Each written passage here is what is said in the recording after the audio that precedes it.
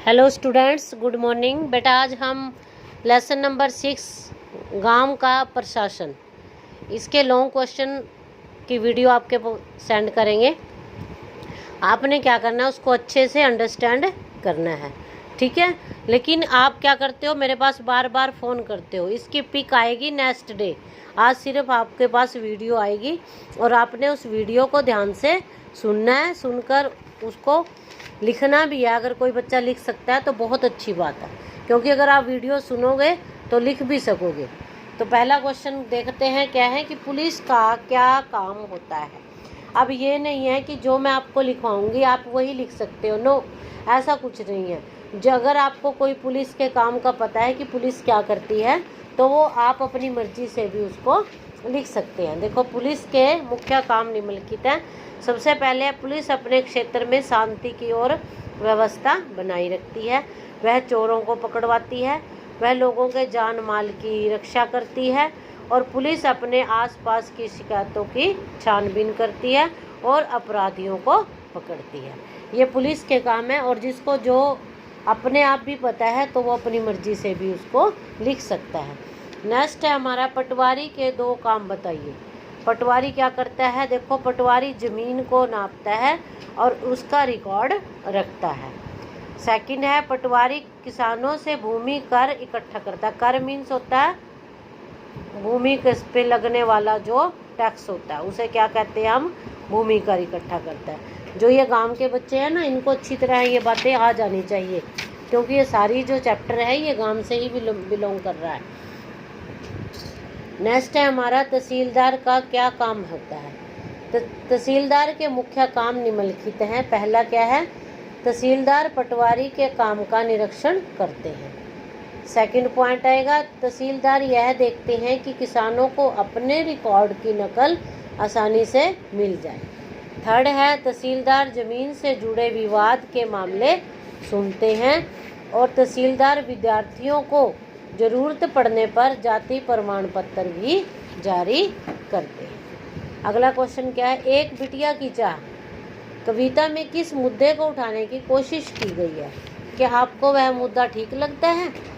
तो क्या है इसमें? एक बिटिया की चाह कविता में इस मुद्दे को उठाने की कोशिश की गई है कि परिवार की संपत्ति जैसे घर और जमीन पर बिटिया का भी अधिकार बेटे के समान होना चाहिए। यह एक बहुत ही महत्वपूर्ण मुद्दा है, क्योंकि आमतौर पर बिटिया की शादी में दान दहेज देकर ससुराल को विदा कर दिया जाता है। लेकिन क्या करते हैं, कई बार क्या होता है कि किसी कारणवश या झगड़े से ससुराल वाले क्या होते हैं, उस बिटिया को छोड़ देते हैं, या उनका कोई मतलब झगड़ा चला होता है।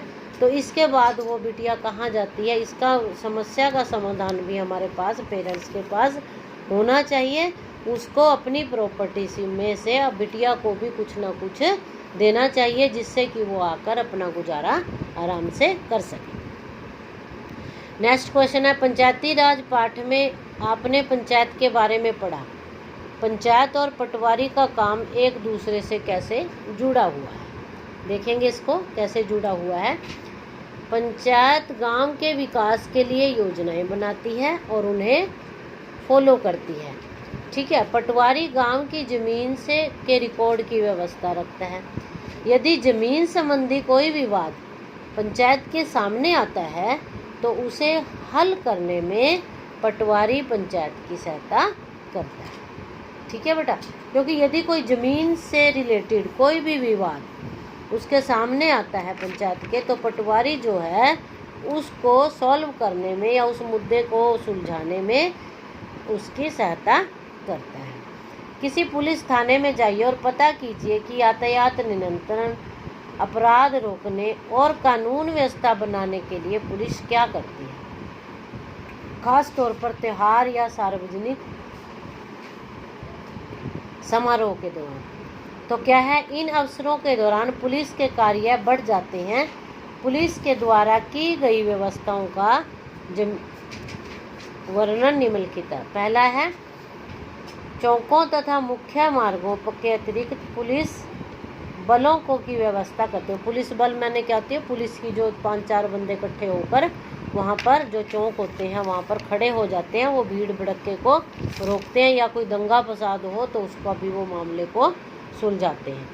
यातायात नियंत्रण और वाहन पार्किंग की विशेष व्यवस्था बनाए रखती है। विभिन्न प्रवेश द्वारों पर लोगों की तलाशी भी ली जाती है। लोगों के हथियार जैसे लाठी, भाला इत्यादि लेकर चलने पर रोक लगा दी जाती है। अब आगे है, एक जिले में सभी पुलिस थानों का मुखिया कौन होता है? कौन होता है? इसका आंसर क्या है?